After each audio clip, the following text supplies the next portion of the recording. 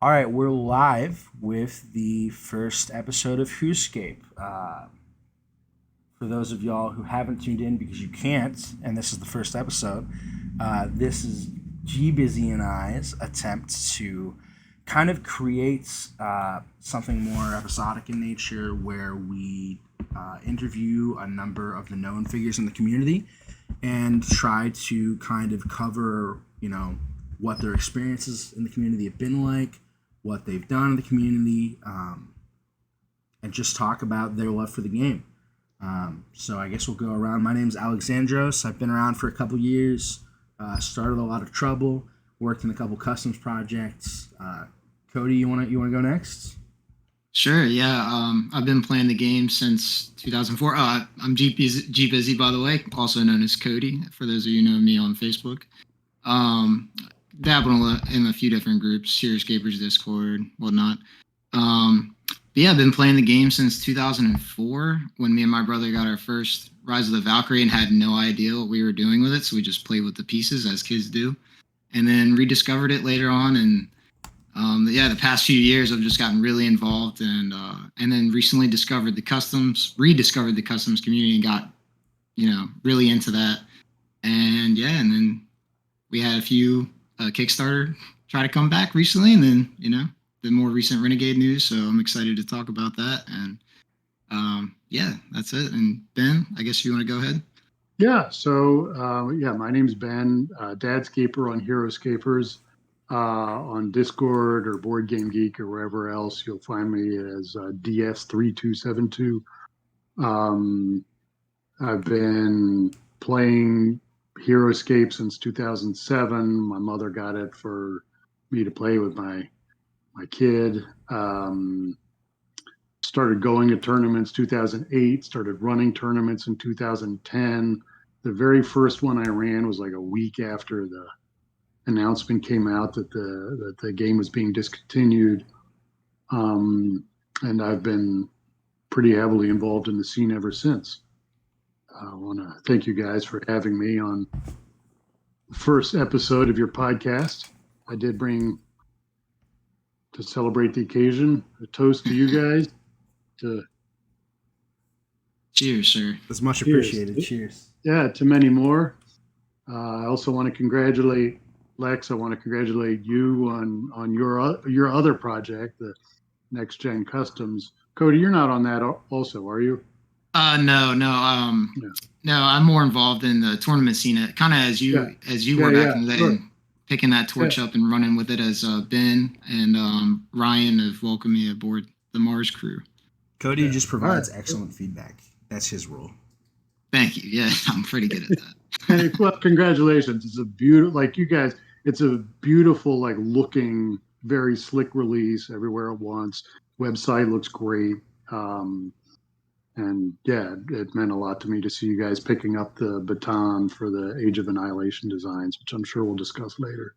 So anyway, congratulations on that. Thank you. I really appreciate that genuinely. Not to get too personal, but actually, I'm a little curious. Can you tell us what 3272 stands for? Is this just a random set of numbers, or? It's a random set of numbers. It's a random set of numbers that I was given when I signed up for something, and I've just pretty much always just attached to it because who else is going to pick that first? Right. Yeah, there's still some forms where I use like my elementary school lunch code number. No, it's not like that. So like I don't know. It doesn't go back that far, but it's the same idea. It's the same idea.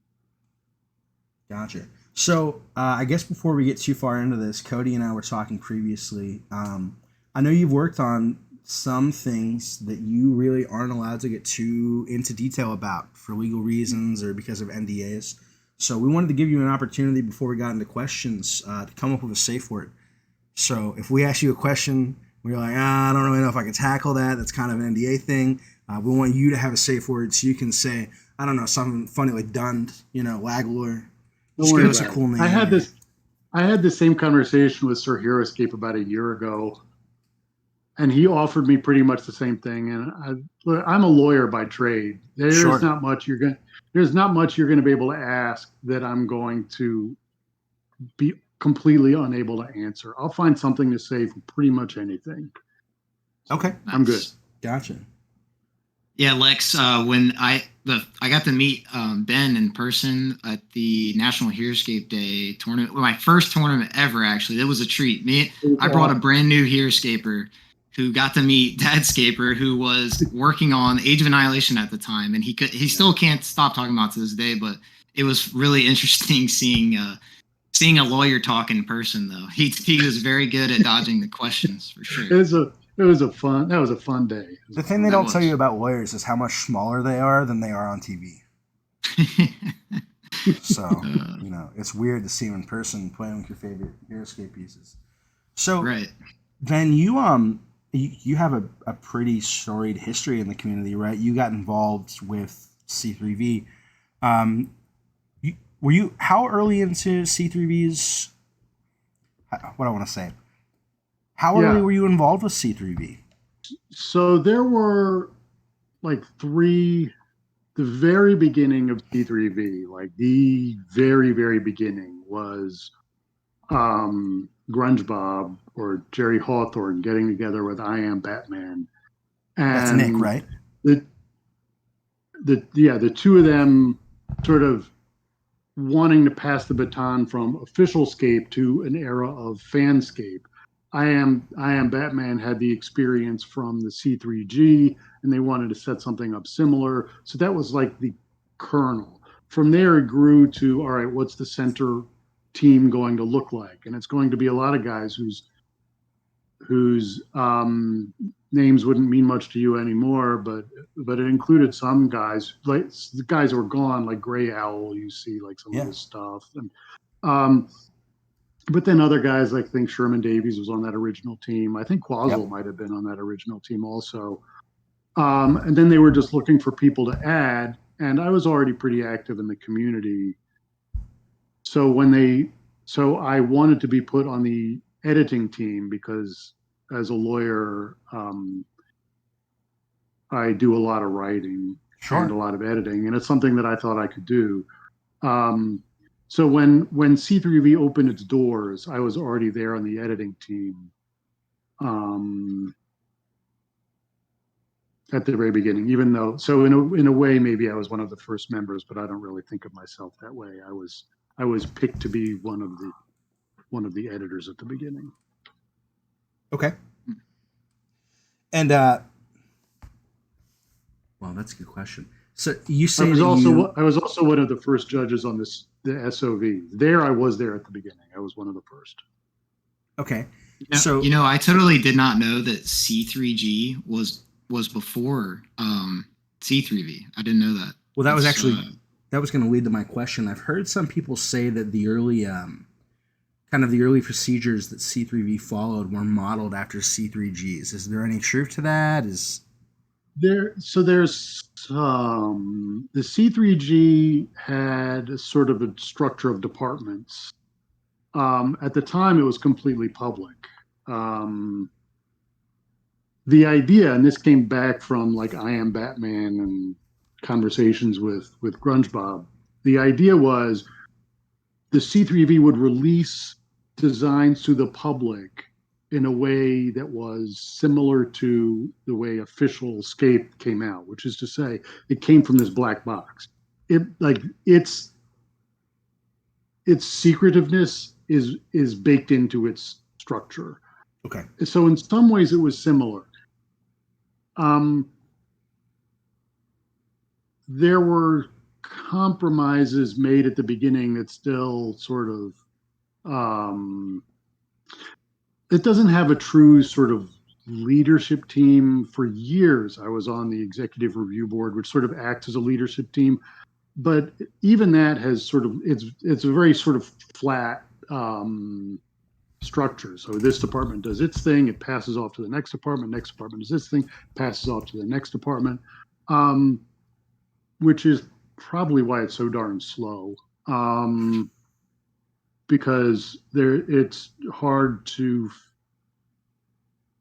have like a lot of pressure from like the hand. Like it's hard to put a hand on something and push it through because it's the way it works sort of is a series of handoffs. It's not as quick as a small project would be, but but but Here's the but. yeah, but in its like what happens with many projects is they struggle to survive the transfer of personnel. And I think something about the C3V has made it possible for sort of the faces to come and go over the years. And it might have to do with a sort of flat structure. People can come and go, and it continues to maintain its high standard, and it continues to be productive. Slow, but productive. So, yeah, I think that might also be part of its structure. And for better or worse, that seems to mostly be the case with C3G2. I mean, you'll go read a C3G book that was posted in 2010, and even I, who's been on the forum on and off since 2007, will be like, I don't recognize half of these people. And then you still see the C3G badges, and you know. But it sounds then like what you're saying is a lot of the similarities to that organization, or sorry, to C3G, were all organizational rather than in terms of release structure, right? Because you guys kind of had the more secretive approach. Yeah. Okay. So the secretive approach, there are ways in which we're meant to be different. The secretive approach is one. Another way in which we're meant to be different is pretty much since the beginning we've had this tie-in to the SOV. And another difference that we have sort of baked into our structure is we find the minis. You know this because you've already started to grapple with this. Like you have the mini, and then what? Which oftentimes for the C3G is not how it works. So you start with a mini of Green Lantern, and you have your theme. Like you're halfway there. All you need to do is the mechanics.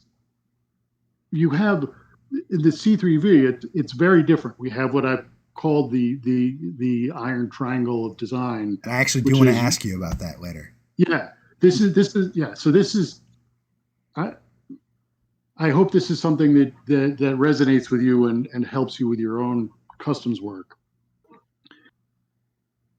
For us, normally we're starting with the mini. Hey guys, I found this mini. It's freaking awesome. Great. All right. So what mechanics does this mini suggest? Or what theme does this mini suggest? Right. Mechanics, theme, mini. And the reason why, it seems obvious, but here's one of the most practical ways in which we can learn from organizing that way, from this triangle, is it helps you see what you can strip out. Like you have, it helps you when you've been over designing. Like you realize you've like put in way too much stuff. There's too much going on here. All right, what can we pull out? What has to stay? So I do recommend that, especially if you're struggling with restraint in a particular design. And that's prevented VC from having their own 6 power units. Yeah, yeah, and it helps keep like, does the defense really have to be 4? Do we really need to attach a power to this one thing hanging on the guy's bandolier? Right. A lot of that kind of stuff, you can like, all right, we're going to let this go. Yeah. I've often felt that one of the really interesting restrictions that the C3V, and I mean, obviously any people who potentially submit to SOV have to deal with, and correct me if I'm wrong, is that a lot of the designs that end up being made are by necessity top down, right? Are you familiar with the concept of top down and bottom up design? You mean you're starting with the mini? Oh yeah, sure. No. So, well, tell me what you mean, because I'm curious. Sure. So, yeah, let me give you an example. If you, let's say for example that you were on, I don't know, a team developing a brand new version of HeroScape, right? And you had total freedom to get whatever mini created you want to, for the most part, adapt whatever flavor you want, right? Let's say that that's happened for you. So the really nice thing you could do is you could find a trope that resonates with you, right? Like an example I would point to of like a really great top-down design are the zombies from the initial run, right? Because they took this concept of They're zombies. They shamble. It's a big horde. They eat people. Those people also become zombies, right? They took that and they're like, okay, we have this flavor. How do we push it into this design that we want? Whereas like a bottom-up design might be more of like, I have this really interesting idea for a mechanic, which I think is cool from a gameplay perspective, but I don't know how to manifest that into something that's flavorful with, if it's like a card game with like matching art, or if it's a miniature game with a matching miniature. But it kind of seems more often than not that the limitations put on VC, not through any fault of their own, force most of their designs to be top down. That's interesting that you say that, because I was listening to you describe it, and I feel like we were always doing bottom up design the way you described it. Like we would always start with the thing that we found, either the idea. So like Ranjit Singh Sure. was a design, like I discovered this real person from history. Like I was listening to a podcast and they were talking about him, and I thought this is like the coolest guy ever, and I can't believe that I never heard of him before. That was for me, listening to you talk about that paradigm, for me that was an example of a top-down design. Like I had in my head I like a vision of how it would look, and all I had to do was find the menu. Sure. But almost all of our designs actually go the other way. Like we either have we start with the mini, we start with like a piece instead of like the whole content. We start with a piece of it, either the power or more often the mini, and work up from there. Where I thought you were going was my opportunity to work on Age of Annihilation, when like Craig Van Ness was like, hey, like we started that project with what new genres do you guys want to make? Like let's talk about home planets and what the story of each planet is going to be. So I started with the story. I pitched him this idea of a planet of warring wizards, and that became the planet with the warring wizards. Or I started with this idea of, well, I'm going to make an army of pirates. How about that? And he said, great. How about we make an army of pirates with like all these different races? So that's where the pirates came from. When I was listening to your description, I might have been misunderstanding if these are like sort of settled terms. No, don't worry. I could have been miscommunicating. I'm great at that. So when you explained the idea of working for mechanic, that seems to me to be bottom up. The mini, I guess, could go either way, kind of depending on your approach. I see what you're saying. So when we pick the mini and go top down from there, all right, then I'm with you. Okay, sure. So the bottom up method, what comes to mind to me is, I don't know if you would agree with this, Cathar Spearmen, because they seem like they were designed as an answer to bonding melee, like Heavy Gruts and Knights of Weston. From a mechanic standpoint, that seems like where that idea came from. That could be wrong, though. I'm not sure about its origins. Without having actually been in the room for when they were designed, the thing in HeroScape that screams out to me that it was likely a bottom-up design are Omnicron repulsors.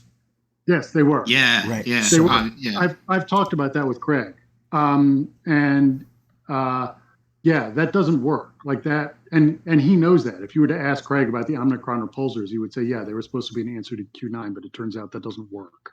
Well, and that doesn't mean they can't ever work. I just don't know that the repulsors did. No, they can work. What they don't do is they don't operate in the meta as a counter to Q9, because they're so bad at everything else that they're just like they're a counter draft option, and that's it. That's where like a weird game kind of comes in. Yeah, you've created like a weird game of rock, paper, scissors at that point. Yeah. So what I wanted to do in C3V, and what we also wanted to do in Age of Annihilation, was not to make like counters to top tier builds. What we wanted to do was enrich the universe of competitive builds so much that you're not so much bringing them down as you're making all this sort of more interesting and finding other like combination counters that maybe work. Um, yeah, Sounds a lot like what C3V's done. yeah, that's what we've wanted to do. And this is, I had this conversation with Craig with Age of Annihilation. It's something that we wanted to do with that too. Sure. And I definitely want to get to that era. Yeah. But just so we don't skip something, you mentioned kind of the C3V and SOV coming together to form VC. Yeah, those were hot days. Okay, so I think a lot of people kind of develop this understanding as one being an offshoot of the other. And again, I have a very limited understanding of this because I was, I don't know, 15 or 16. But as I understand it, they were started as kind of different groups who worked their way into the same candidate. Can you expand on that a little bit without us getting lost on that rabbit trail? No. And I'm glad to go as slow as you want because it really, for a long time in the C3V, I've felt like I was sort of one of its mouthpieces. And I found that there was a lot in the history there that was misunderstood. So you're the PR guy. Well, if you have, like I said at the beginning, there's not much I'm not going to be able to answer. Like, I don't have secrets when it comes to this stuff, and pretty much. But no, seriously, because I've heard that there's been recent tension involving the C3 or whatever. Just ask me your questions. I will tell you all the answers. But anyway, so the C3V, I told you how it started. The SOV was started to, so the C3 was started modeled on the C3G, which was like sort of a multi-department operation. We're going to produce new designs. We're going to make them here, produce new designs. The SOV was modeled on the BOV, which was the group that would select nominees to be like the tournament level maps. And what the SOV was going to do is, instead of selecting maps, it was going to select customs. Like, hey, this custom is going to be good enough to belong in the canon along with all the other stuff. And Independent I'm sorry, project. You're saying BOV, Battlefields of Valhalla? I just want to make sure I'm hearing you right. Yes. Okay. Yeah. So that was started by a user named Kilometer, and it was just sort of his brainchild, and he wanted to bring in a few people, and I was one of them. NYYS was also one of the first ones, along with a few other guys. I wrote Kilometer privately, and I'm like, when he first announced what he wanted to do, I'm like, hey, you're going to need some big names if you're going to try to make this work. And right. He said, and he responded to me, hey, I've got an idea. why don't you come? And I said, well, all right. So yeah, I was there. Yeah.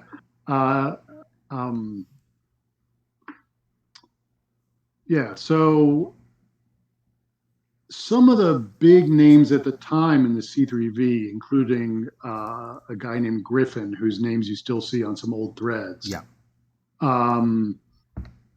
Felt like it was important to combine the projects. Kilometer, I don't think at the time saw it as necessary, but some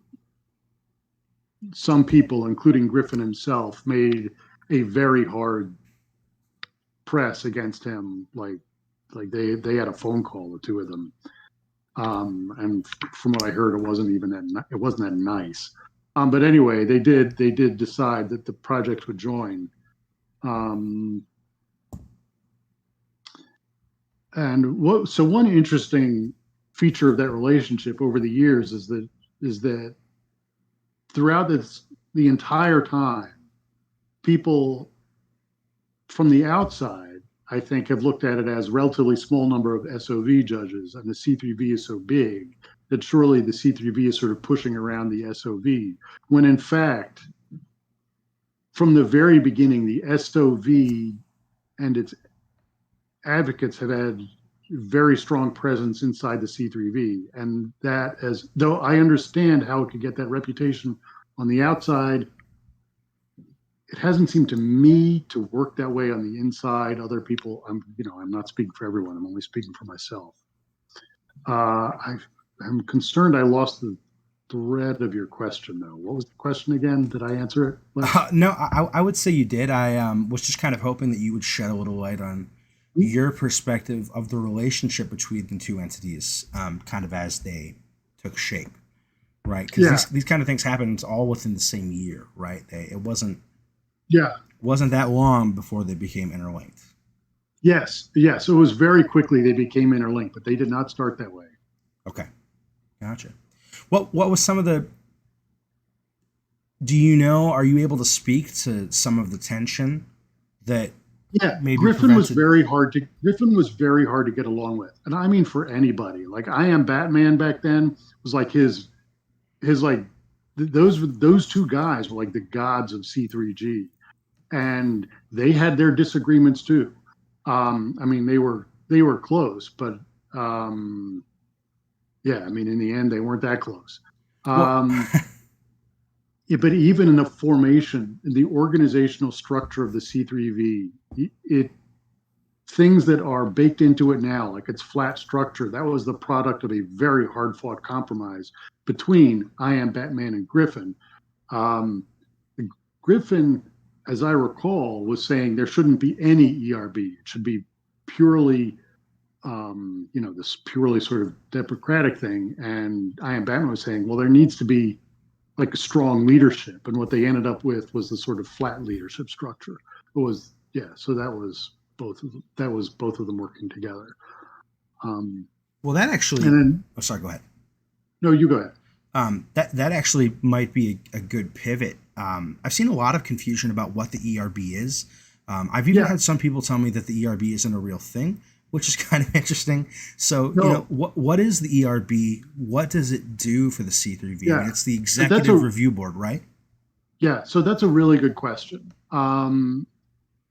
It provides, so broadly, it provides sort of soft leadership, by which I mean it has no sort of direct authority like you would find at a workplace. Um, each department inside the ERB has its own inside the C3E has its own responsibilities. So what is the ERB's formal responsibilities are after a unit sort of begins to take its shape and then goes to the design stage and then goes through the inner sanctum stage. The inner sanctum stage is sort of it's like free for all where everybody gets to take a poke at a design if they want. Then it goes to the ERB, and the ERB decides, is this mini acceptable? Does the design fit in the canon? Sure. So it's not going to be that concerned. It's going to be concerned with sort of fitness for the canon, by which I mean sort of little design choice. It's not going to be too concerned about little design choices like this should the attack be 4 or 3, the special attack, is it really going to work? The way, whatever. Those are things that'll be handled by editing, which comes after the ERB, or playtesting, which comes after that. But this every now and then we've considered a mini that was like, does this belong in HeroScape? Like it looks a little bit like a Star Wars figure because it's a Star Wars line of it's from a Star Wars line of minis. Sure. Can we use it anyway? So that would be a decision that was made by the ERB. Is this mini work? Or this is kind of a horror-ish mini. Is this a little bit too horror-ish to go into the world of HeroScape? And there was that one mini. God, I was on the design team and I'm blanking on the name, but that's like the maw. You know which one I mean with the head? It looks like something off of Stranger Things, God. right? Yeah. Like the isn't that man? Now I'm blanking. I thought it started with G or something. Yeah, it's called Gug. Yeah, Gug. Yeah. That I was on the design team for that. I actually worked a lot on that design. I can't believe I was blanking on the name. But anyway, we considered that mini over the course of years. It was available early, and when we first considered it, we decided not to because we felt like HeroScape was not at a place where something with those sort of horror elements belong. And so it was the ERB that said, we're not doing this now. But then sort of the game matured, the players matured, and then we felt like the time was right, so we did it. I'm glad y'all did. I think that's a great yeah. Oh yeah, I love that. I love that design. Yeah. I'm so excited for that. I have the mini actually in my closet right now. I'm so excited for that one to come out. I never thought of myself as the most brilliant sort of like power designer, but what I like coming up with sort of simple solutions to complex problems. And so one of my contributions over the time I was sort of working in the C3V was clamber for that to give that unit some mobility and some expression of theme with all the limbs. Like this is something that could like come over the edge of the cliff and just get you. So yeah. So that, I mean, that's interesting that you kind of tell that story of things loosening up a little bit. Would you say overall that the adherence to the quote unquote classic HeroScape theme has loosened or tightened at all? Because I think of Gug, where, you know, you're saying at one point Gug's mini, you know, people weren't so hot on. And then I think of you saying, oh, well, some minis might be too Star Wars. And I think of the Zedian Infantry. The Zedian Infantry. Right. I could tell you what happened there. If we had a younger ERB at the time, I don't think we would have made those. But sure. Like the ERB happened at the time to be a few older guys who were like, I don't know what the hell these things are. We could use them. But then like there's a whole generation of HeroScape players that go, oh, battle droids. You know, Ben, those are one of my favorite. I love the Deathwalker faction. They need the help, and I love that design. But I bought my own alternate sculpts for that one, just because like. I don't know. They're just too recognizable for like the Clone Wars kids. Sorry. You know, I grew up watching that. Yeah. Well, Lex, your question. I do have a more direct answer to you. Sure. We were not the first ones to do that. The original designers. You mentioned before the zombies. There were never going to be zombies in the original 2006 to no zombies. 2007, no zombies. The audience was not mature enough for that horror theme until later. And even then we get these like ridiculous looking zombies that are not, that scary. But even with the original designers, they saw that sort of maturing audience too. I don't know. Sorry, go ahead. I wanted to add a little sub question or onto this topic we're talking about, because I just thought about Age of Annihilation. Again, not to jump forward too much, but what comes to mind when we're talking about mature designs is, God, I'm blanking on the name. They're like the metal. They're like what was the name? The Eisenex. Yeah. The Ironclad Collective. That's what comes to mind. I thought that was going a little far. But Craig was all in. He felt like it worked. That was Doc's. That faction was Doc's baby. Nice. I'm a fan. Yeah, that was one. I remain disappointed for Doc that so many of his designs did not ever get out into the public. Like mine, pretty much all of mine did, because mine were based on.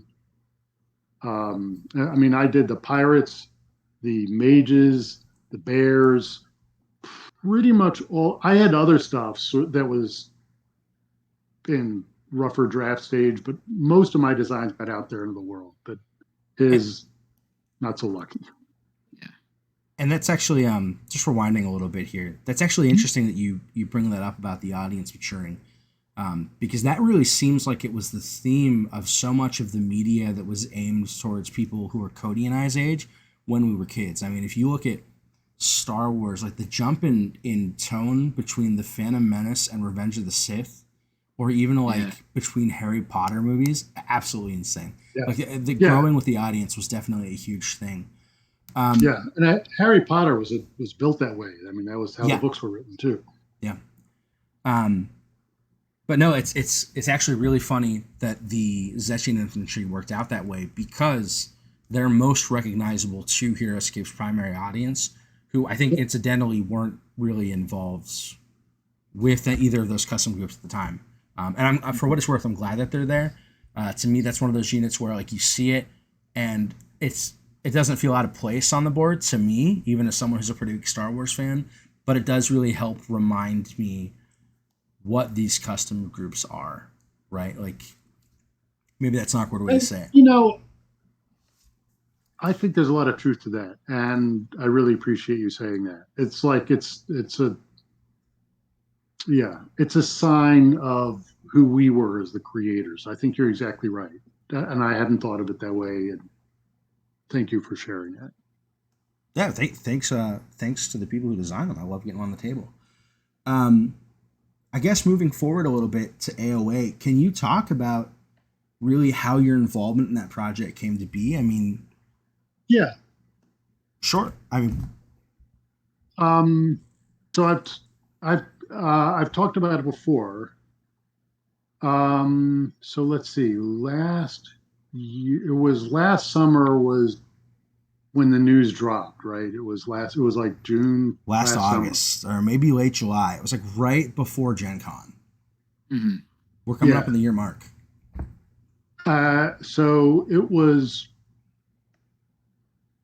late. So that was 2022. It was late 2021 when Craig reached out to Zorloff, who he had a connection to, and asked Zorloff to point him to the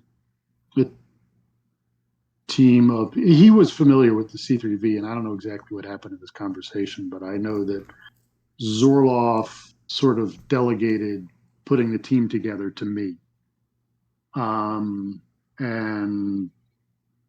And the way the question came to me was Zorloff reaching out to me and saying, "Hey Ben, are you interested in working on a secret project with Craig?" Like, who would say no to that? So, like, of course, I said yes right away, and then he said, "Okay, in that case, here's what I need you to do. I need you to put together a team of people who can work on this project." And so I asked a few people inside the C3V who, and not because they were inside the C3V, but because I knew they had game design chops from my work with them. Can I ask a question? Yeah. When you got that from Zorloff, or did you say it was Craig that asked you that directly to put together? Zorloff, right? Craig went to Zorloff. I knew Craig already, but Craig went to Zorloff first, and Zorloff came to me. So that feeling to me, I know if I got to ask that question, that would feel akin to like aliens landing to me. HeroScape's coming back, Craig's asked me to be on the team. That had to be an incredibly exciting moment. Yeah. Well, I knew. Go ahead, Lex. Oh, sorry. But they didn't tell you it was HeroScape, right? They asked you if you wanted to work on a project. Could not. So I mean, I would assume you made that assumption, though. Well, that's actually my question: is how sure of that were you? Like, if you had to like put betting odds in your head. I thought there was a fair chance that that's what it was, because I knew that Zorloff had been involved in finding there was some piece of the intellectual property that some guy whose name I don't even remember anymore had, and he just wanted to sort of put it in safe hands. It was a license to something that this guy had just grabbed. And then he sold it. I think like he transferred it to Zorloff, and Zorloff just held it. So, I mean, I don't remember all like the details, but I knew that there was an intellectual property piece of the puzzle that Zorloff was connected to. Sure. And so I knew that it was possible, and I knew that I knew how Craig felt about, and still feels to this very day, about HeroScape. Like, I knew if he had any chance to work on it again, he would. So I thought maybe, and at that point, all I was doing was hearing him out. So But before I could even hear him out, my task was to put together a team. So I reached out to a few people inside the community. Some of them were interested. Um, at the time, it was Kevin. The original team was Kevin Dola, Doc, and me, and then Sky Knight was already in. And then later, I basically browbeat everybody involved until we could expand the team so we could finally get people to do the play testing that we needed. And that was when we added Vegetarian and Super Frog and Cytail. And was that after the initial announcement? I recall. Mm-hmm. Okay, Wow. so after the initial announcement, when you guys had that second wave. Yeah, because yeah, even when that announcement came out, the designs were already underway. Right. The designs that were tested were designs from, like I had some of my designs, Doc had some of his designs, and Sky Knight had some of his designs. Of the things that you guys saw, all of those designs came from those guys or from Craig himself. Okay. So you kind of, I think it may have been rhetorical, or maybe you were joking a little bit, but earlier you said, who would say no to that? Not that you have to name names, but did anyone? I can't. Yes. You can't say it? Okay. I won't. That's the reason why I can't name the people who. No, I totally understand. I was just curious if there were some people who are like, I'm maybe not now, or it's not my thing, or I can't make it happen. That happened. Okay. Interesting. So are you able to, kind of point to what ideas we saw belong to who? Hold on, Lex. I just remembered somebody outed himself as one of those people. It was Super Frog was one of those people. Okay. And he did get to hop back in later. But yeah, he was one of those people. And he outed himself as one of the early guys to say no. And maybe this is playing a little bit too much with fire, so I apologize if that's the case, but we did try to give you a safe word.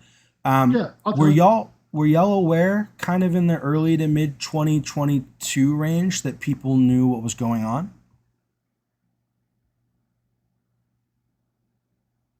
I had thought that for my part, I don't think I said anything to anybody. I know the guy who I talked to most about that time was Doc, and he also hadn't told anybody what was going on. Were there leaks? They weren't very well defined, but I know some people knew in early 2022, and I was pretty sure. I would say maybe 70, 80%, not 100. So I didn't know if. Interesting. Okay. All right. I'm just super nosy. But Conspiracy podcast. One guy told me, I did hear from one guy in a very private forum that he thought he knew what was up, but I didn't know what stock to place in that.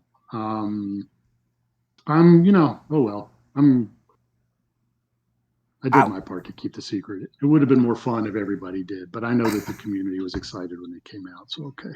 Well, I definitely didn't hear anything, and I don't know anybody that did. That's actually crazy that you heard that. Even that far back, that's like months before the public knew. That's crazy. Well, I guess moving back more to the point. So you said these guys were brought on shortly after Age of Annihilation's announcement. So I'm sitting here like mathing this out in my head, and that would have been what, September 2022, with Veggie and Cytail and Superfrog, somewhere in that area, give or take a month. Right. So, right. I mean, just 2 months later, we saw about half of the set in a quote unquote finalized capacity. So, well, yeah, I know there's some asterisks there, and I don't want to speak too firmly on that. And I imagine, again, you probably couldn't talk too finely about the specifics of this. No, go ahead, ask your questions. I think Super Frog mentioned maybe, but were those guys brought on for something outside of what we saw? Um, we the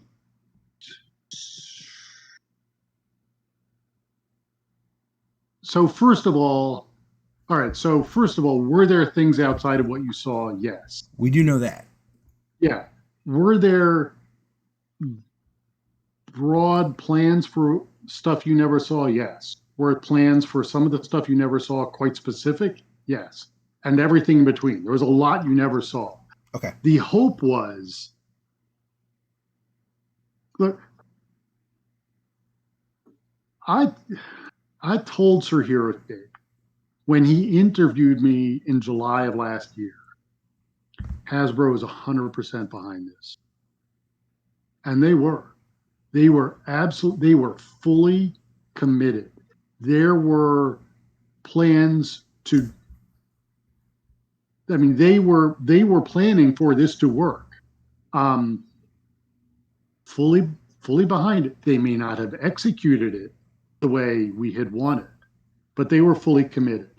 And it was certainly Craig's intention that everybody on his team, which he loved us. Here,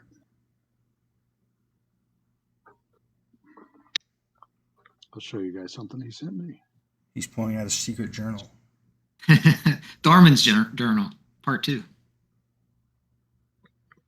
Oh, Oh, wow. that's so cool. That's so cool. That's very That's cool. Bach Burna. Yeah, that's Bach Burna. That's Nice. awesome. Craig painted this himself.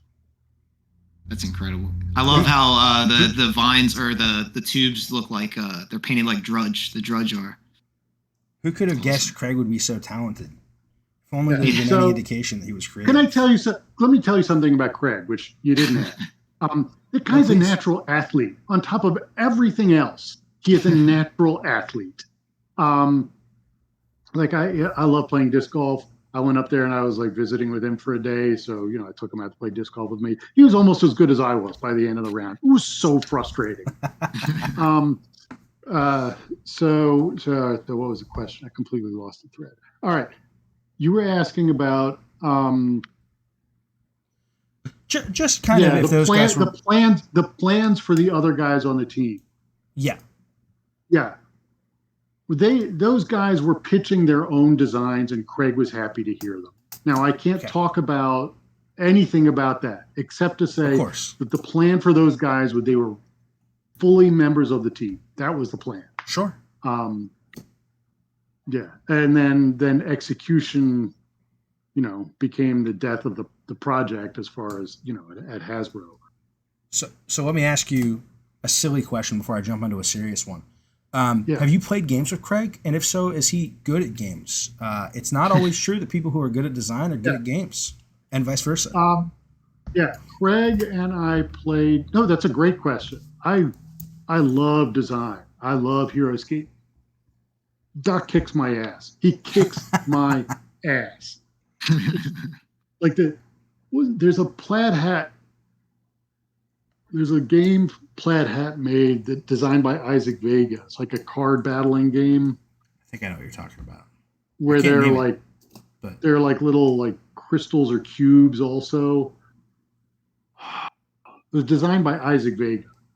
Isaac Vega would talk about this game that was his brainchild, and he loved it. And he would always talk about these other guys who were way better at it than he was. Yeah. But he was so like the stuff that I bring to the table as a designer is like whimsy and story and how to sort of compose the card so that it delivers effectively for the audience, but like sort of fine tuning it for competitive balance. That's Doc. That's not me. And I think Craig and I are sort of similar that way. There's a game that he was excited to show me late that night that we played a few times. And the first time I cheated like crazy because I didn't understand the rules and I won. And then we went back and forth a couple of times. But like, even though he just taught me, I won once. So yeah, he's one of those guys he's a super fun hang, loves his games, great designer. good at everything. Hate that guy. No, but he's not like a brilliant strategist. Sure. So, I guess speaking to Age of Annihilation and Hasbro really saying we have your back. I think I saw you, and maybe it was Doc. So if I don't want to put words in your mouth, I sincerely apologize. I think I saw one of y'all say that Craig really tried to keep you guys detached as much as possible from the finer details of the product configuration and marketing. Yeah, it was on purpose because even he had only limited control. He's like Hasbro's huge, right. And like, there were all kinds of people attached to the project who were away from us. We did not have direct contact with the sculptors. We did not have direct contact with, and like the business decisions, like having to do with the way the campaign was set up or that it was a campaign at all. We had nothing to do with that. So it was for our own benefit. I think, I don't know if this was his only reason for not plugging us into them, but plugging us into them wouldn't have done anybody any good. Right. When did y'all because learn? Then, sorry. Go ahead. At that point, I would assume we saw in the community at large when the first the video that they released. I forget what it was called when they did the Hasbro Pulse release and the big announcement of HeroScape Age of Annihilation and Craig was there and all that. That's when the community really started to become divided. I'm glad, like you said, that you guys were isolated from that because then maybe people on the design team start making their own assumptions about, maybe this project doesn't have legs, or not to say that the designers would do that, but or your team. Was there community division? I must have missed that. Pinkgate. It was yeah. For all of the problems that the campaign had, for all the problems that Hasbro had, for all the problems that Avalon Hill had, the designs were there. The designs were goddamn good. And not only that, but Craig had a lot to do with that. Craig was very good at managing us as designers, like giving us really helpful feedback. So he wasn't like hands off. Right. It was just the opposite. It was like I don't know if you guys do any have supervisory responsibilities with your day-to-day jobs, but like oftentimes being a supervisor takes you away from doing the thing that you love. He loved being the designer with us, and he was very good at it. But all the stuff that was the business side, we didn't touch. How long before the rest of the community did you kind of know what the product configuration and goals looked like, if at all? Like, did you know before we did? If you can't say, that's fine. If you could be more specific with your question, I could give you a more meaningful answer. So I guess I'll just put it this way. I personally feel that a lot of the fan community was blindsided when that order page went up. I don't know that they should have been. I think Carmine was pretty direct about it being one box, but I don't think a lot of people had really gamed out what that meant. We didn't. Honestly, when he said that, I interpreted that to mean not everything you've seen is going to be in this box. It had never even crossed my mind that a $250 box would be a plausible offering. Did y'all know before we did what this looked like? No, we didn't know about that until we knew there would be a large box offering. We did not know that was going to be the only option. Like I said, we were insulated from that. A lot of decisions were made, and Hasbro it has lots of parts. So there's the Hasbro sort of central nervous system, which has the direct business dealings with outsiders. Then there's Pulse. Then there's Avalon Hill. And like all these parts sort of have to work together. And I don't know I wouldn't lay, like Avalon Hill's responsibility is to design the game. I don't know what happened outside of the Avalon Hill thing. I believe I've heard you mention that, or maybe it was mentioned to someone else and it was mentioned to me. But I believe I saw you say that y'all were kind of blindsided by this Renegade announcement. Like y'all didn't really have a ton of information going into this. I didn't. No, I didn't know.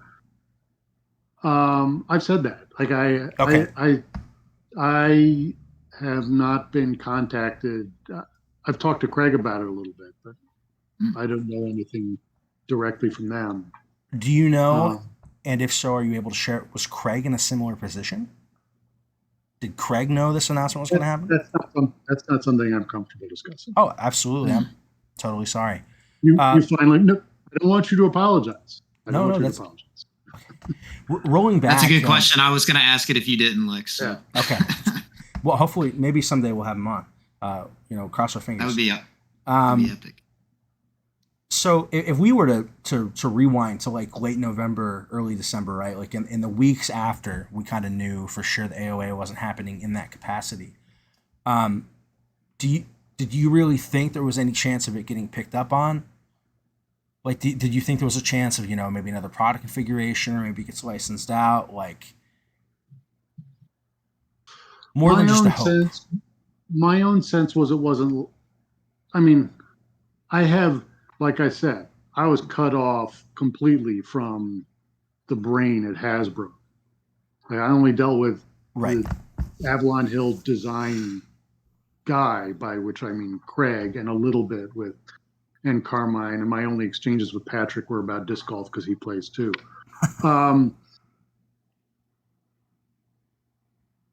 My own completely uninformed, not completely uninformed guess, but completely amateur guess was that Hasbro itself was not likely to do anything with the property. I knew that licensing was theoretically possible, but I had no particular reason to think that it would happen soon, if at all. Okay. So, you said y'all were kind of blindsided by Renegade, or at least you were, not to speak for anyone else. Blindsided makes it sound like they were trying to sneak up on me. Like sure. I'm just a dude in my basement. This is not only is this not my day job, it's not even my second job. Right. Yeah. So I don't think of it as being blindsided. I'm thrilled that this happened. I just don't have any inside information about it. Gotcha.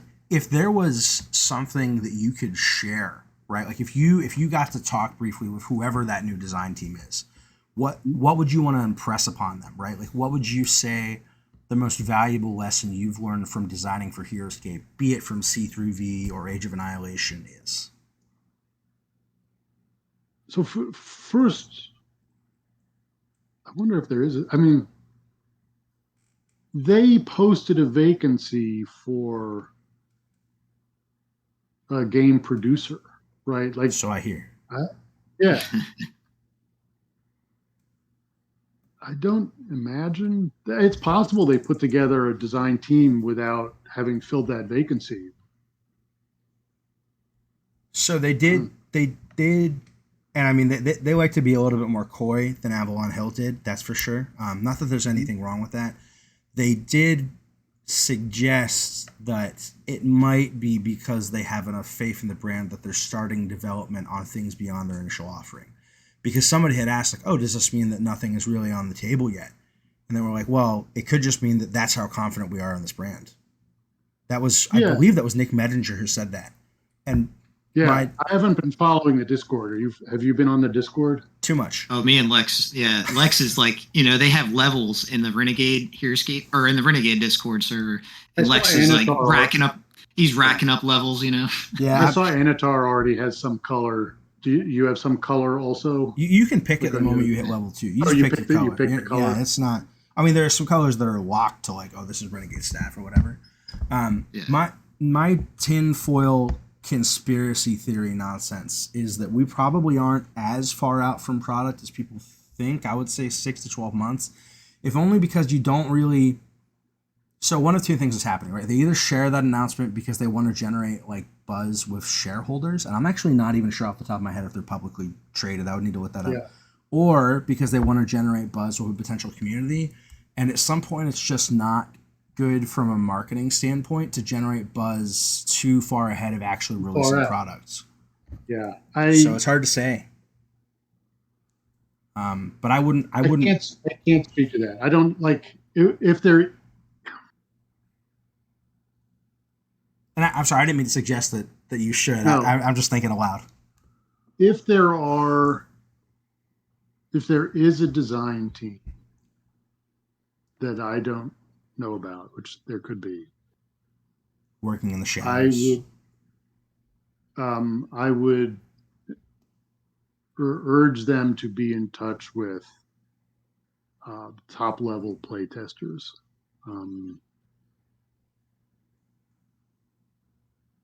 That's it. Okay. I mean, I can't. I would like to think that there are already, the concepts like the triangle of design that I already discussed earlier. I would like to think if they have designers already, they already sort of think that way. But if they don't, then they could rewind this recording and listen to that presentation on the triangle of design. Sure. Just to clarify, Lex, the Renegade is not publicly traded, and also the owner is Scott Gata himself. So they're not. It doesn't seem they're owned by a parent company either. Who I actually have to email. He encouraged us to email him about this podcast in particular. So who knows? We're also crossing our fingers there. The other thing that I would say is that one of the defining features of HeroScape is that it has with it an element of whimsy that other skirmish type games don't have.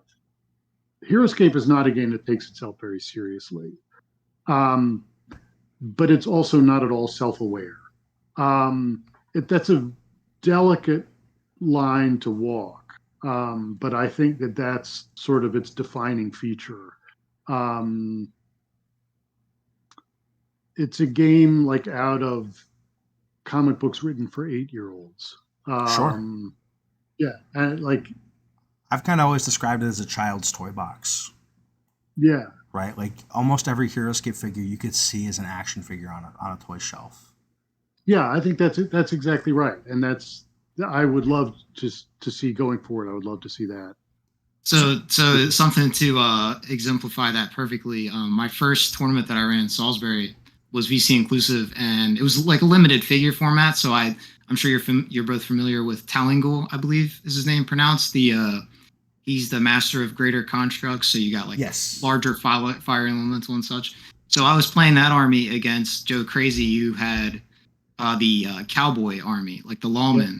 And it ended up, we were in the middle of a battle, and it was a fire elemental in the battle with a fist fighting cowboy. And in my mind, I'm imagining this cowboy beating a giant fire elemental to death, which is exactly what happened. Which is just something like is totally unique to HeroScape. It's just yeah. It's like a Sergeant Rock comic book or something like that's the universe it pulls from for sure. Do you feel that Age of Annihilation bended those rules at all? Or bent those rules. I can't form a sentence today. It flirted with them a little bit. Like what it wanted to do was sort of have the stories of factions, which is why it wanted a sort of a through line of an aesthetic for each faction. Okay. Which is not, that was sort of, that was Craig and Up Above. But that's why the pirates all had that sort of distinctive look. It did have sort of a set of distinctive looks. That was right. That was by. So that's actually, I guess this is more of a question as to your personal preference rather than anything you worked on. One of the things I thought was really interesting about Age of Annihilation was actually something it seems like you were kind of responsible for, which were the pirates, right? In the sense that it was this faction of like this. It was almost like this sampler plate of different races and classes that had exist in your HeroScape turned pirates. Do you think that you would have liked to see Age of Annihilation evolve that way and also approach other classes? Like, right, because these people all became pirates on Valhalla. right? They had no relation Yeah, to each other really there was a lot of beforehand. discussion about that. Well, so the story could be that they developed these sort of pirate personalities wherever they were from, and Right. then they pulled it and sort of continued their. Are you asking about why no history? Is that what you're getting at? Like Oh why no, no Earth no, no, history? not at all. Although if that's something you want to answer, that's probably I also a could great answer that. question. I can answer that question. That's a great Uh, question. I have my guesses even, but no. What I was more asking is like, had y'all considered developing factions similarly to that? Like, it's easy to imagine what like a League of Assassins on Valhalla would look like if they were all from different settings, or like a Knights of the Round Table kind of gimmick where actually all the knights were from different settings who, took up knighthood on Valhalla because they're in this wasteland, functionally Age of Annihilation. It's I think it's easy to imagine that we would have headed in that general direction. I can say that. No, I can't. That's actually stuff that I'm not supposed to talk about. I didn't understood. have any. I hadn't started touching anything like that, but certainly what you're proposing is consistent with the model that you saw. Interesting. Okay. Alex, I'm not sure if you saw this discussion on the Renegade Discord recent. This was a few days ago, but someone posed the question: which of the factions that we saw in AOA were the most HeroScapey, if that makes sense? And Sure. by far, it seemed like people agreed, and I think this personally, and it seems like you do too, that the pirate faction was the most. It was a callback to classic HeroScape, where you have all these different creatures and species coming together and fighting for this one faction. And I think that I was a beautiful thing. so I would agree. The Combine were a close second for me, but I agree. so Lex, this may or may not interest you as a designer. So like the concept for what I love about the pirates. Doc said to me early on while I was working on the pirates. Well, one of the things that makes sort of pirates so interesting is all these different colorful captains, and so the idea for the basic structure of the faction came from thinking about having different pirates and different crews, and I had this idea like so the green scales from original HeroScape have Yep. this cool power, loyalty to the Lizard King, right? So it sort of gives the dragons, it pulls them into this new faction. Um, the original designers never had the opportunity to design for the dragons forward so that they could deal with the green scales in different ways. Right. But the pirates were the pirates were give me the dragons and give me the green scales and make it like put them into blender and let's see all the wild stuff that comes out. Yeah. There is one of the things that I loved so much about that faction was it has so many different sort of ports. I guess pun not intended, but ports sticking in different directions that you could like plug into. Like, Right. here's an idea for a crew. Let me throw this in here, put this like captain related power on it, and then now it's part of the faction too. And definitely y'all Um, y'all deserve praise for that because that kind of factional design I don't think has ever really been attempted to that extent in classic HeroScape. I would even say with projects like VC included, like the closest you really yeah, get is C3G.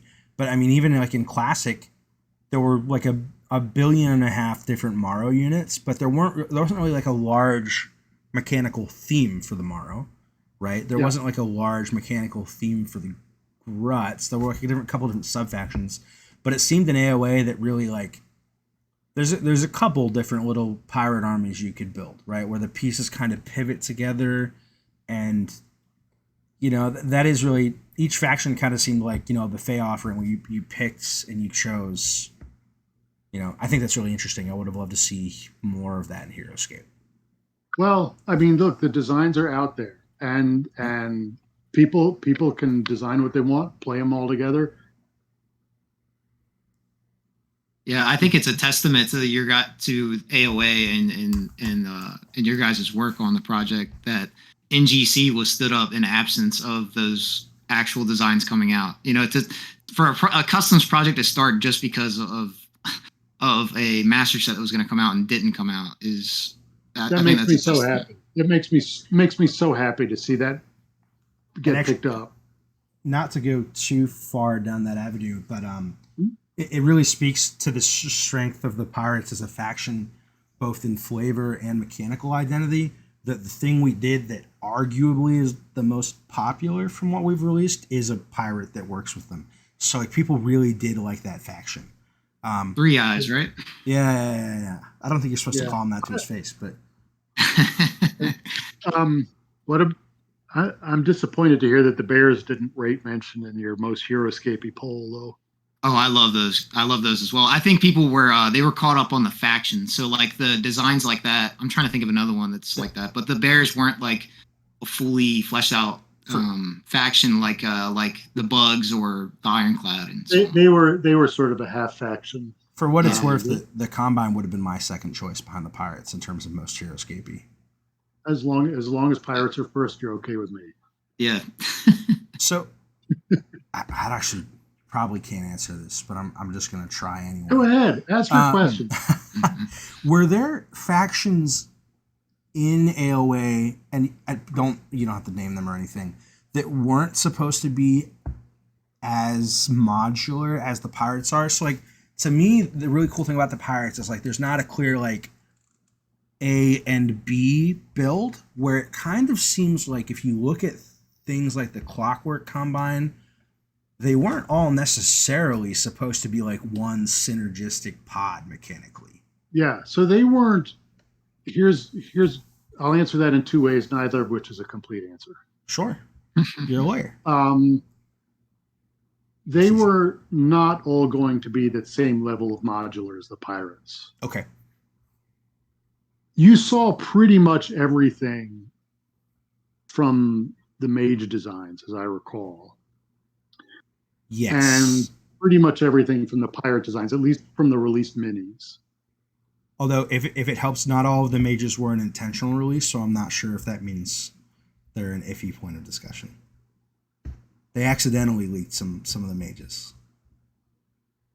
Okay. I can't speak to anything that wasn't officially released. Sorry, I don't want to get in trouble. No. I'm not getting in trouble. I can't speak to anything that wasn't officially released, but you saw of the officially released Mages, that was pretty much everything, I think, from the faction. So you got a sense of how modular that faction was too, which is to say it was also somewhat modular, but it was not. It did not offer all those same mix and match things that the Pirates did. The Pirates were special that way, but there were a number of designs that you did not see because they weren't part of the box that would have fit into these other things. So it's really hard to. You're not really in a position to be able to assess because you didn't see those designs. Sure. And I can't discuss them. So we were talking about Renegade before. From a lawyer point of view, what do you think the chances that Renegade gets its hands on the AOA stuff? I have no idea. I am a lawyer, but I've been practicing. I'm like criminal lawyer, not in the Saul Goodman way, but like, like I'm a career prosecutor, so I have no idea, what that involves. None. Interesting. Okay. Are you a big Better Call Saul or Breaking Bad fan, or is that just a? I love Breaking Bad. I love that. Love Breaking Bad. I watched most of Better Call Saul. I got annoyed at one subplot during, I think, a later season, and I'm like, all right, I'm going to stop watching this for now, and I may get back to it one day. But it's worth it. It's worth it to finish it. Great. I love that show. Who's your favorite character in the Walter White verse? And I promise we'll go back on topic. No, I actually was wondering if you guys were going to ask me like about other stuff outside HeroScape.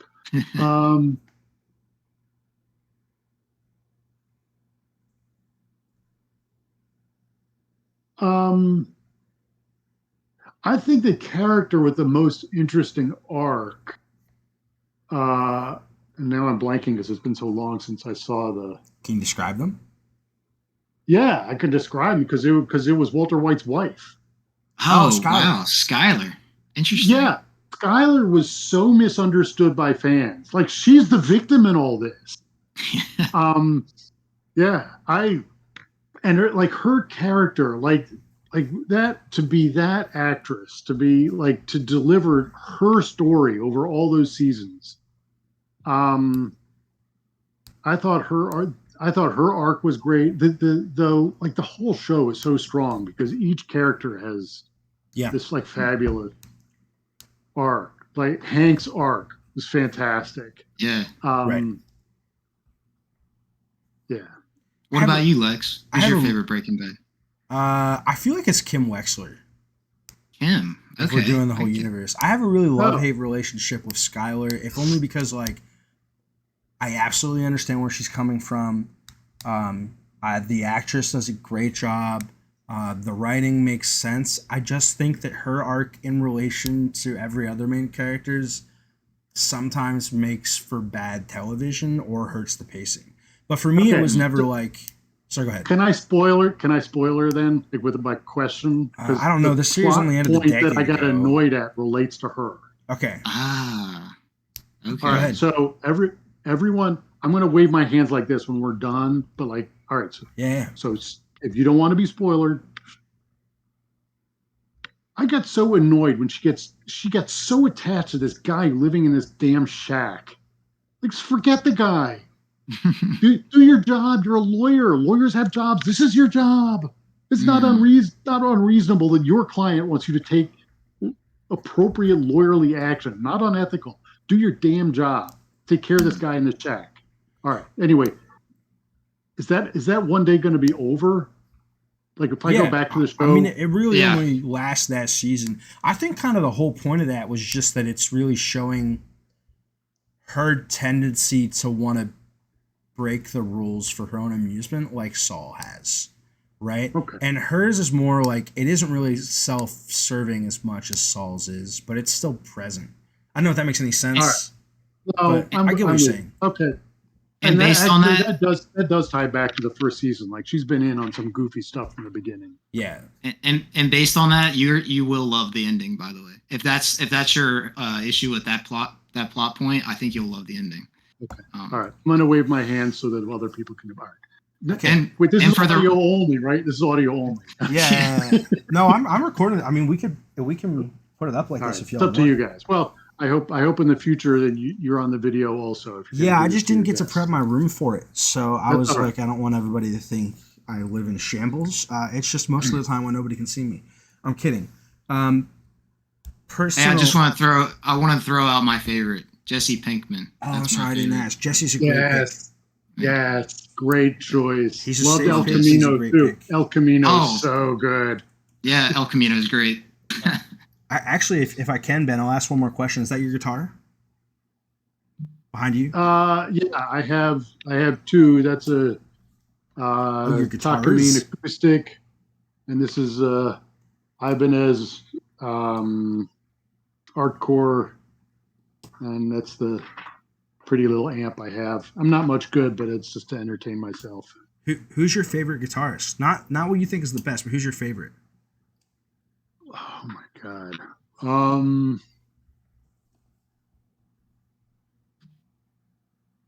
So my favorite video to watch of a guitarist is John Butler playing Oceans. Anyone with access to YouTube can look it up and find it. You can watch John Butler playing his 11 string guitar. That sounds He looks fancy. like a homeless person. He just plays it solo. He plays it solo in front of a mic. John Butler, Oceans. It's like a long song, no vocals, no other instruments, one dude and his guitar. It will capture you the entire time. So there you go. I don't know if it's my favorite guitarist, but goddamn, that's inspiring. I have to watch that now. Now we're PG-13. We've been elevated beyond the PG rating. Hey, it wasn't in the first few minutes, so we're good with YouTube. Yeah. What did I say? Goddamn, that's inspiring. Oh, No, you're good. I was pretty careful before not to curse, and I didn't think that I had. No. All right. Now we have to scrap the whole. No, I'm kidding.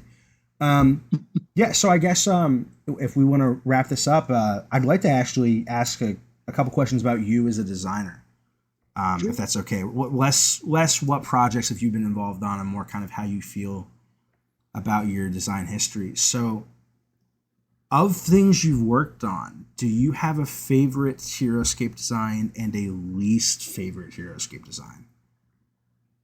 Question. And I know it's tough because some of the stuff you've done has been collaborative. Yeah. Well, I have only really worked in collaborative environments. Even AOA was largely collaborative, Sure. which is okay. That works. I like working in a collaborative environment. I like giving feedback. For me, part of the design process, like designing is like writing. There's feedback that involves other people for it Right. to really shine. I loved the ebon armor. That's a good one. Yeah, partly because I wrote that bio, which I loved. I love that story for that unit. Like for me, that unit captured everything. Like here's a theme, here are the mechanics, here are the minis. It was And I'm terrible with names. That's the like inverse knights, right? That's the one where you yeah. it's personality type. Okay, that is so interesting because at first glance it looks like it's just kind of like a mirror of something else, and I think it's really a lot richer than that. Yeah. So It's not just an inverse of the Knights of Weston. You could look at them and think evil, and you could look at them and think undead, but they aren't either of those things. They're animated armor. Right. Can I ask a question about about those, Ben? Why Einar? I was always curious about that. Instead of like Val, I guess you kind of just answered it. They do look evil to me, but that's also because of the association of the box they come in with the RAM units. Eternal vigilance. That says to me Einar. Okay. It could have been heroic also, but yeah, like, and that's part of sort of the design process. Is oftentimes you're picking from like, what are the choices, and it's, that's what the designers do, is make those calls, and sometimes it could be one thing, but instead it's another. Right. That makes sense. I realize only now that I've been talking about the wrong unit. I thought you meant Knights of Blackguard. You're talking about Knights of Blackguard, huh? Yeah, I'm very sorry. I love Evan Arbor too. I just mental blank there. That's my bad. Yeah, one that I was not, one that I worked on that I wasn't happy with. It doesn't even have to be a bad design. It just has to be one that maybe it's your least favorite. I mean, the one that made me the most annoyed after we released it was the Azerite Warlord, for the simple reason that its size is wrong. Sure. The mini's not big, and we just didn't get a good comparison pick to get the size right, and that was avoidable. I just want to say I'm a big fan of the Azerite Warlord. I don't think it's a very good faction. I think he's a lot of fun to play. I will say, though, it suffers from the same thing for me. Not as bad, but as the Zedian infantry, because I grew up playing Warcraft 3, the RTS. And the expansion to that was there was a race that was like Naga, and that's what the Azerite Warlord is. He's like a Naga from the Warcraft universe. But the design kicks ass so much that I'll look past it. He's an awesome mini too. I have no problem with the design. I was not happy when I finally had the mini in my hand and I realized we'd screwed it up as far as the size goes. I do think that's on the ERB. That is exactly the kind of thing we were supposed to be watching for. I do think it's funny that both of your examples are from like dead minis games that are really hard to find now. Yeah.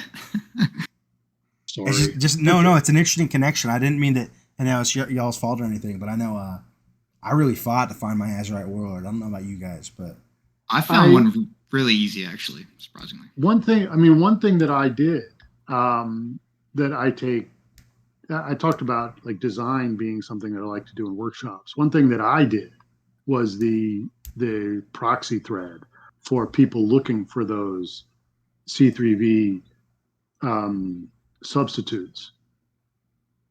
The C3V as a whole didn't want to sort of, I think with good reason, was like, we don't want to officially sponsor alternate. It's not something that Hasbro would have done back in the day. But if you want to do it, Ben, you go do it. So I did it. And people looking for alternate sculpts for these designs can go there. Find any post.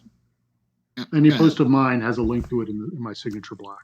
And to speak to that, Ben, what I was talking about earlier, the Zedian infantry, the alternates that I'm using for that are from your thread. They're the Corsair, whatever, from Reaper minis. But yeah, it's a great resource. And that's really funny because we went through the same debate with NGC, and I was like, I would love to see people proxy things. I just don't know that we need to sanction it. HeroScapers is great because anybody can go just start their own thread. Lex, what? What's up? You do what you have to do for your project. My own feeling is, you put make sure, however it gets out there, that people have access to the identity of those alternate minis, because you want people using the cards that you worked so hard on. More importantly than you want them using these exact minis. And I don't know what your goal is for the NGC. Like for us in the C3V, it was part of our, we wanted something that would be accepted by the competitive HeroScape playing community. I don't know if that's important to you or not, but that's a whole other thing that you have to aim at. And for us, and it worked. We got there. But you want people to have access to proxies, both for the competitive setting, but even more if you're not aiming at the competitive setting, then get the people their proxies. Let them play with your toys. No, I absolutely. The cards are yours. Yeah. I definitely want that. I just didn't want it to be our responsibility to manage, if that makes sense, as a group. Because I don't mean to, just comparatively from what I understand, C3V absolutely does more internal work than we do. That's not to say we don't do any. We definitely do. On playtesting and development, our process isn't as rigorous, but we do have to actually paint and photograph models, and we have to design, we designed the card templates. We've been a little more intensive about war. So there are different responsibilities, and we're just very conscious of how many other things we want to sign up for, because each thing we sign up for means that we do fewer things, because we're all just volunteers. That makes a lot of sense, because your presentation is so incredibly slick, and I can see how you would feel the cost of adding any element to it. I could see how that would be something that would. Yeah, we actually.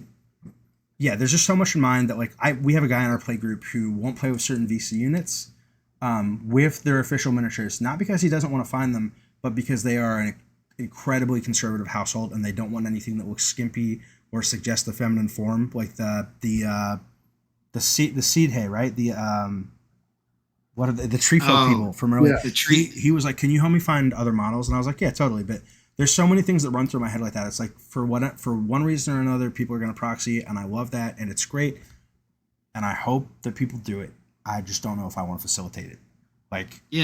And also from an event coordinator standpoint, and I've talked with Ben and Ryan about this, the other Mars coordinators, and to some lesser extent, other folks as well. But the general consensus is this is this game's about enjoyment above everything else. Yeah. So bring your proxies. Yeah, nobody's gonna care, as long as you're not bringing a coffee cup to proxy Roman Archer. That's be reasonable. But yeah, I've modeled all my knights so they're lying down and barely have any head zones. No. Yeah, they're in the prone position. No, and that's, I think, one of the things that's really great about HeroScape is that, you know, it was designed for kids to play casually with their dads and their uncles, right? And, or, you know, their moms. I'm not going to judge. Yeah. No, that's and exactly how Peg says it. Well, it, not exactly, but pretty yeah, but it's evolved into like a kind of like beer and pretzels game that isn't so sweaty about the rules as some other miniature games. And I think that's great. Yeah. If there was really that, I don't think HeroScape could ever really allow for that like super cutthroat competitive, like, oh, technically you can't see the tip of my fingers behind this brush. Do you know what I mean? I've run chess tournaments. I've run Magic tournaments. You know, I've run HeroScape tournaments. I've had this exact conversation with Craig. Craig at Gen Con. What the HeroScape community is the best community. Why do you think that is? And Craig, who knows that it's true, does not challenge my premise and instead says, because, Lex, as you said, because it's a game that was designed for parents to play with their kids. Yeah. That's great. We should just end it there. No, that's a great place to end it. I guess I'll just draw a circle back to the beginning. You said you play Magic. Are you ran Magic events? Do you still play at all, or no? I sent a big pile of Magic cards down to Cool Stuff Inc. To really launch myself into the board game hobby. What era was that? Can I ask? That was like, my cards were like a bunch of 5th edition, Fallen Empire. Like, I mean, God only knows what they'd be worth now. A bunch of multi-lands. Sure. It's like early 2000s? It was a long time ago, yeah. Okay. That was probably, I probably stopped collecting around 2001 or so, and then sold them all around 2006 or 7. I was going to draw a comparison to top and bottom down designs because that's really the game that popularized that term in design, but that would be kind of before the era of when sets and blocks started being top down or bottom up. So I was going to circle back, but I guess for anyone listening, well, there is a design. Now, this goes back to a couple of things we discussed about what I would. So this is what I would recommend to the new design team. Sure. HeroScape was not designed with like sort of keywords and this sort of like super simplified rule structure that Magic has. I don't think you need to change the rules of HeroScape to add in use of keywords. But I do think there's room for that to sort of help streamline design going forward, starting now. So that's actually, that brings up a good question. Would you like to see HeroScape kind of expand to that point where additional keywords or mechanics are introduced that that synergize with the existing rule set but allow for new design space? And an example that comes to mind that's a little closer to home is, did you play with Arena of the Planeswalkers? The Craig Van Ness game? I played a little bit with Arena of the Planeswalkers, not much. An example that comes to mind specifically is the Werewolf, who has a double-sided card that flips, right? Like that's something where, like, in theory, you wouldn't really have to change too many core rules to introduce that in HeroScape. I'm not sure that people appreciate how much open space there is in the rules of HeroScape. I know it's been like the C3V has some stuff coming that takes advantage of some of this open space in the rules. It sounds like Children of the Dark Star stuff. I've heard some speculation. I got to play test. They're a lot of fun. But like, whoever would have thought before the D&D wave started coming out, the Death Chasers of Thesk, Oh my God, Battle Rush, like, who would have thought of that? Move them before Order Marker 1, like all of them. There is a lot of room out there for a two-sided card. The only thing that hasn't happened yet to make that possible is the official designers never made one. And I'll tell you this about the C3V: one of the keys to its success has been respect for the boundaries, but it's just respect. Like, time came to, we needed another planet, so we made one. We had designs that had to be valued higher than Jotun, so Jotun was no longer the most expensive of the units. Sure. Like, you respect the boundaries, but also respect yourselves as the keepers of the canon. And I mean, I look forward to seeing what Renegade does. I know what C3B is working on. I'm excited to see that come out. Absolutely, me too. I guess my question is: would you like to see, this untitled Renegade scape kind of push those boundaries a little? I mean, I anticipate that it would. I don't know if it would right out of the gate. Sure. But respectfully, sure. Respectfully push the boundaries. Okay. Sure. Like multi-life squads. Why not? Yeah, why not? The rules don't say no. Right. That's definitely an example of the kind of thing that I think is like, I could see why you couldn't get it through VC, but to me it's like it's a natural progression from where the rules were. Yeah. So the C3V has, I think, rightly moved very cautiously with respect to those kinds of boundaries. But I do think that this C3V draws enough water now that it can do stuff. Sure. What it's going to do is no longer my responsibility. Well, and that's kind of the thing, is it's really hard to break the boundaries unless, one, they're well defined, and two, you know them well, right? Like it's to push on the, and that's actually like that's true of a lot of art, not just in game design, but even like in anybody who's really advanced any form. You have to know what's acceptable before you can expand what's acceptable. So, yeah, VC has done a very good job with that. Yeah, thank you. You're very kind, and congratulations again on Next Gen Customs.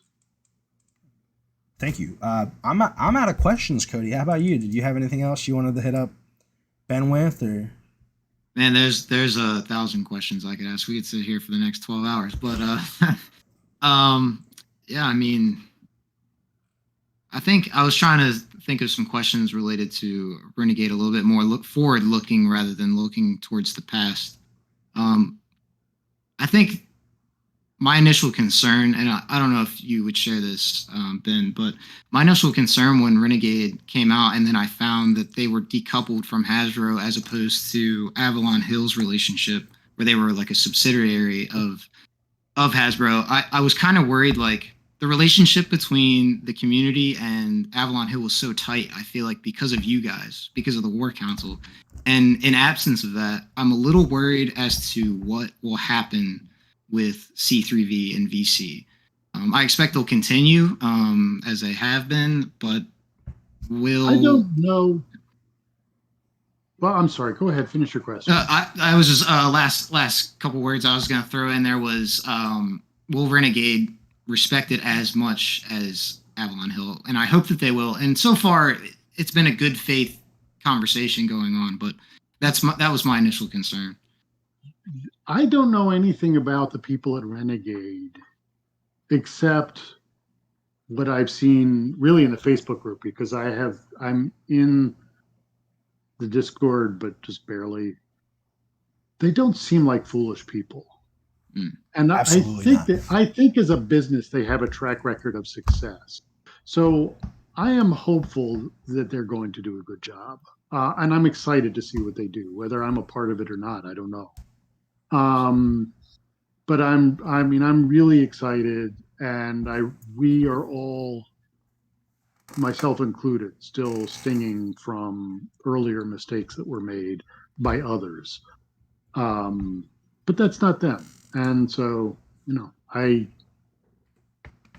don't know. I don't know how to answer your question more. It wasn't a greatly phrased question, but yeah, I was just curious what I guess what your hope is for C3V moving forward to, I guess, just continue doing their job in light of the news and pretend like it never happened. I mean, because I said this back when AOA failed. I did my first podcast with Tales of Valhalla, Ryan, and those guys, and me too. They're great, and honestly, this started because of me and Lex having a conversation after the last podcast we did on there, and we were like, Lex hit me up. He was like, "Hey, we should start a podcast." I was like, "That's a great idea." But yeah, what I said to them, it still holds true today. Is that for one, I hadn't even touched VC until AOA failed, and now I own almost all of VC. So I went a little crazy with it, but it's great stuff. It's great stuff. And I said back then, I was like, to me, AOA failing in a way was the best thing that happened to me. And I think some other people that got into VC as well. A lot of other people got into VC because of that, because it left a void. But hopefully it continues just as if it wasn't coming back. I would love to have both things exist simultaneously. I will say, while there hasn't been a agreement reached for us, that's NGC is pretty much sticking with their course, and I think VC should too. Yeah. Unless cease and desist start getting thrown around, not that I think they will. I would stick with it. I'm glad to see more units in the HeroScape community from Renegade or otherwise. So I'm not sure if VC feels the same, but I would love to see more releases from them. So I mean, I didn't actually say it. I guess I implied it more than once, but I have since stepped down from C3V, which, by the way, I would have done earlier before AOA, but with AOA coming, I didn't want to step down during, because I felt like that wouldn't be a great look. But anyway, so I didn't step down until after. But anyway, that was AOA was not the reason why I stepped down.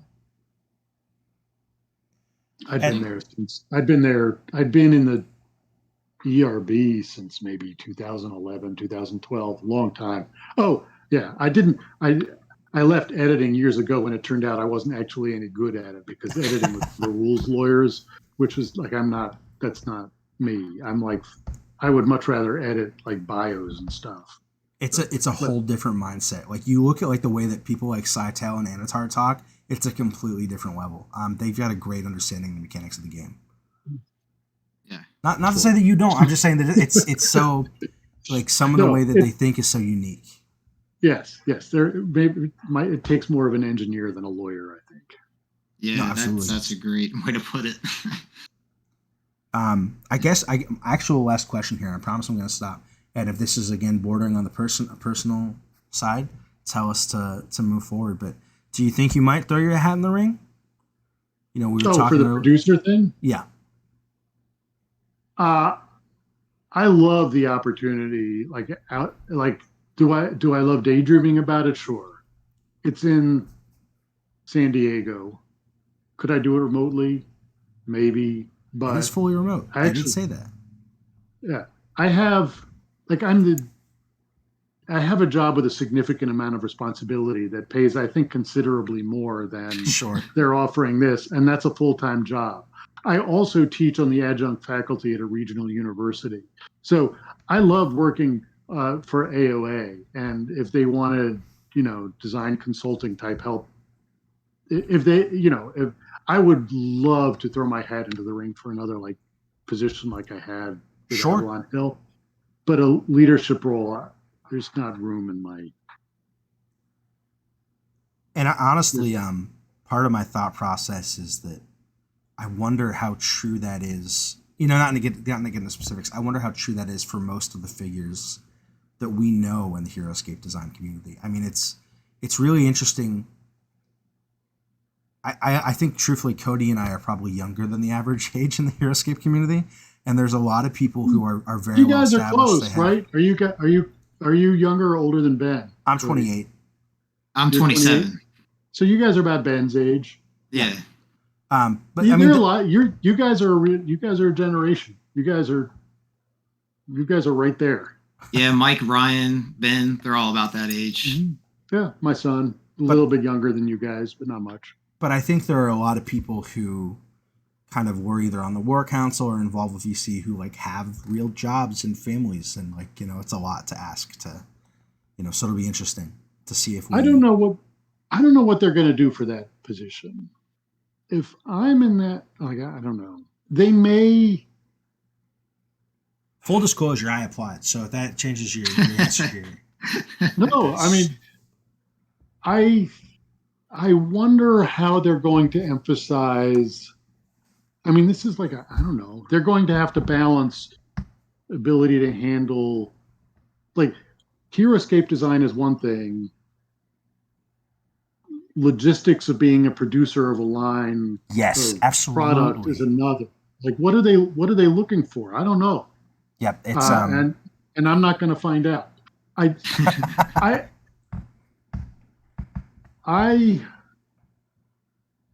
if they don't have a design team,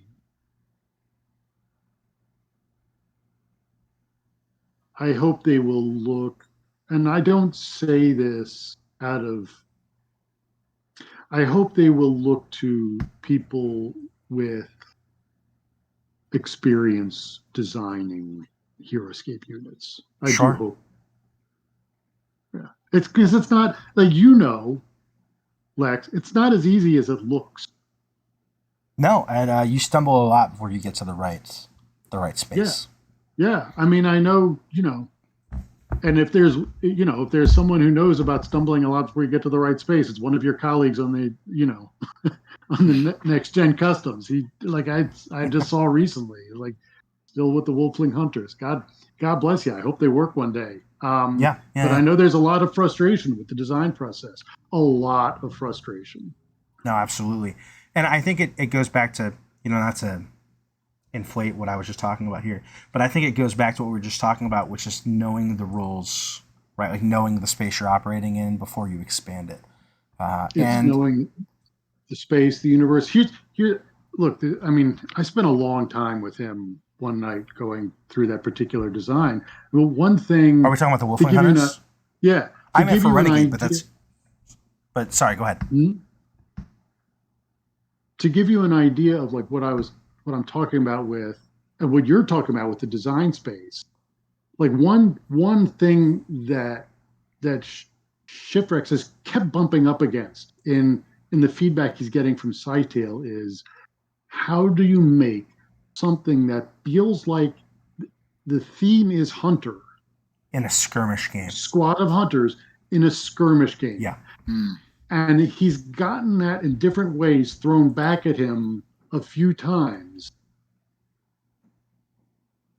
I mean, you know, it's a challenge. How are you going to make that work? But like but part of that is exactly what you're saying, Lex. Like, what is the space that we're working in? Yeah. And I had meant that for Renegade because you were talking about hoping they get somebody who's experienced with HeroScape. Yeah. Right? Like, I'm saying that would benefit, that knowledge would benefit whoever ends up in that role because, again, you want to know the system before you start pressing on the outside boundaries. But and what makes it special? Right. Yes, absolutely. The design team should be people, like, it is a special thing, right? So the design team should be people who can work within the space of what makes it special. Yeah. But I do have faith that they'll choose someone who's great for the role. I mean, they've got a lot of great games under their belt. They've managed some games with a great history, right? Robo Rally, Axis and Allies, and they've done them a lot of justice. So, granted, I'm not worried about it. I'm excited. Yeah. I'm excited to see what they do. I'm not worried about it. No, same. 100%. I feel a lot better having heard you say that. Great. Yeah, no, we're glad that the DS seal of approval is on going forward. Absolutely. All right, if that was all, yeah. thank you so much for coming on today, Ben. There was one other thing. Oh, okay. I have there's the other project I'm working on, which I know it doesn't look like is doing anything, is ACES, which is the where we review the world of the C3V and SOV units and certify them as not broken by Age of Annihilation units. Okay. We have been sort of moving along that. So look for an announcement, hopefully coming up reasonably soon. There's a sticking point of just one figure right now. I completely forgot that was a project you were involved in. I apologize. So could you take a moment to just kind of like, imagine I know what HeroScape is and I know what Age of Annihilation VC are. Could you explain that project to me?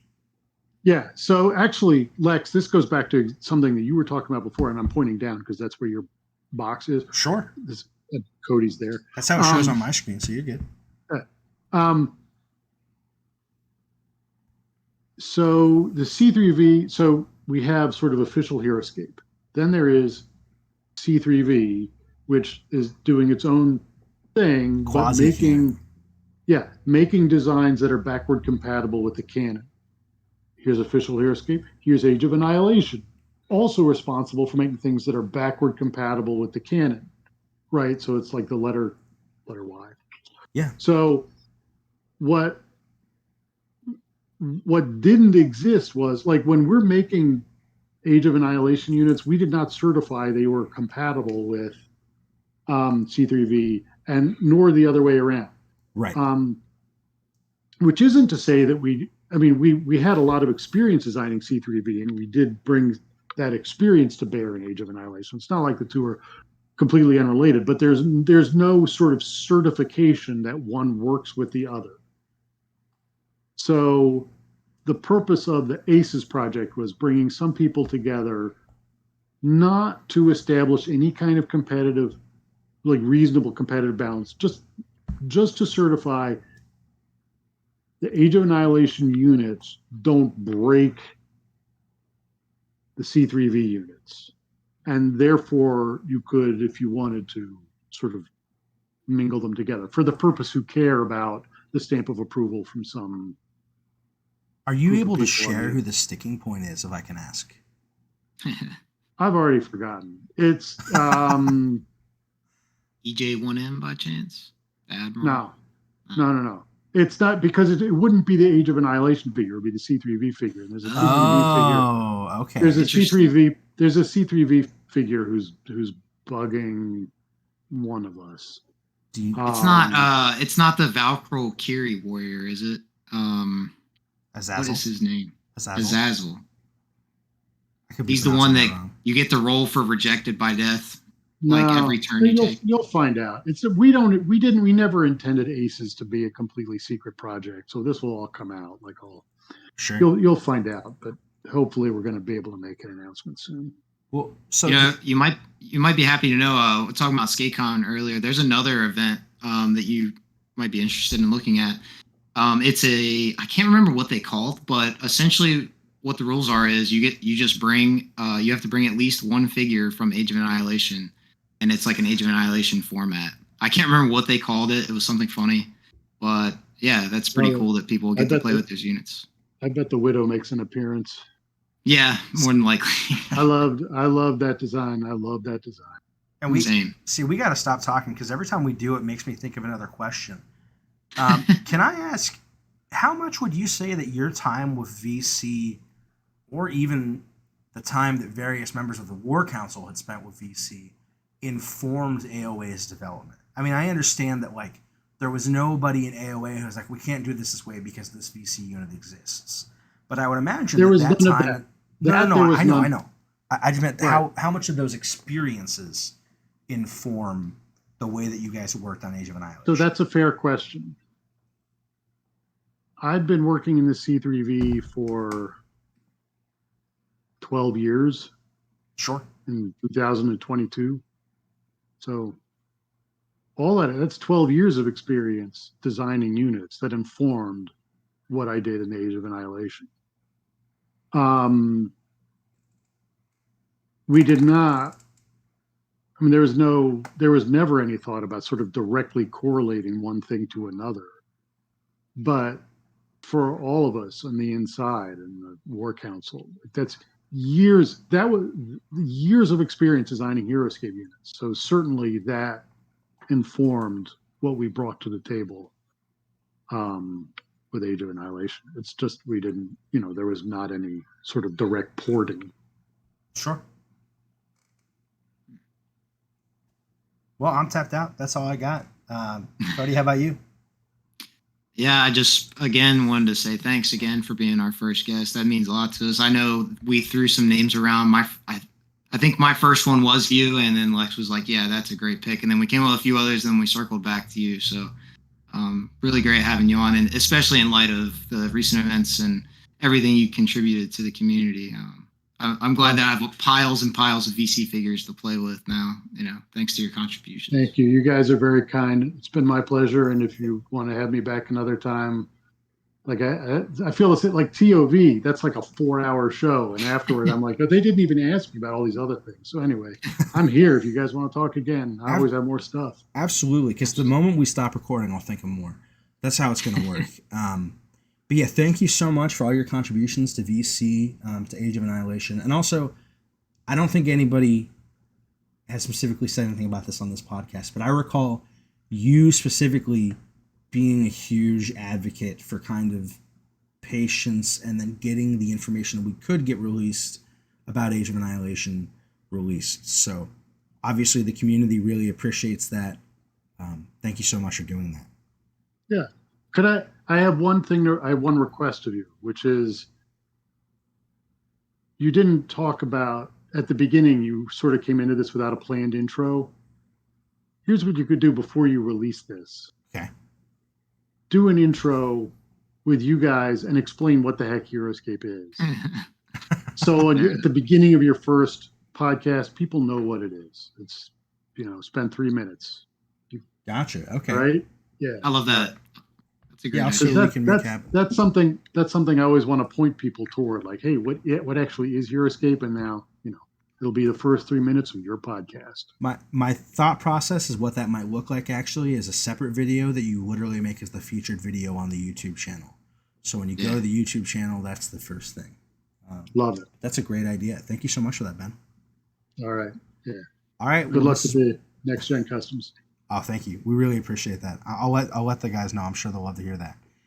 All right. Well, this has been the first episode of WhoScape. See y'all soon. See ya. All right. We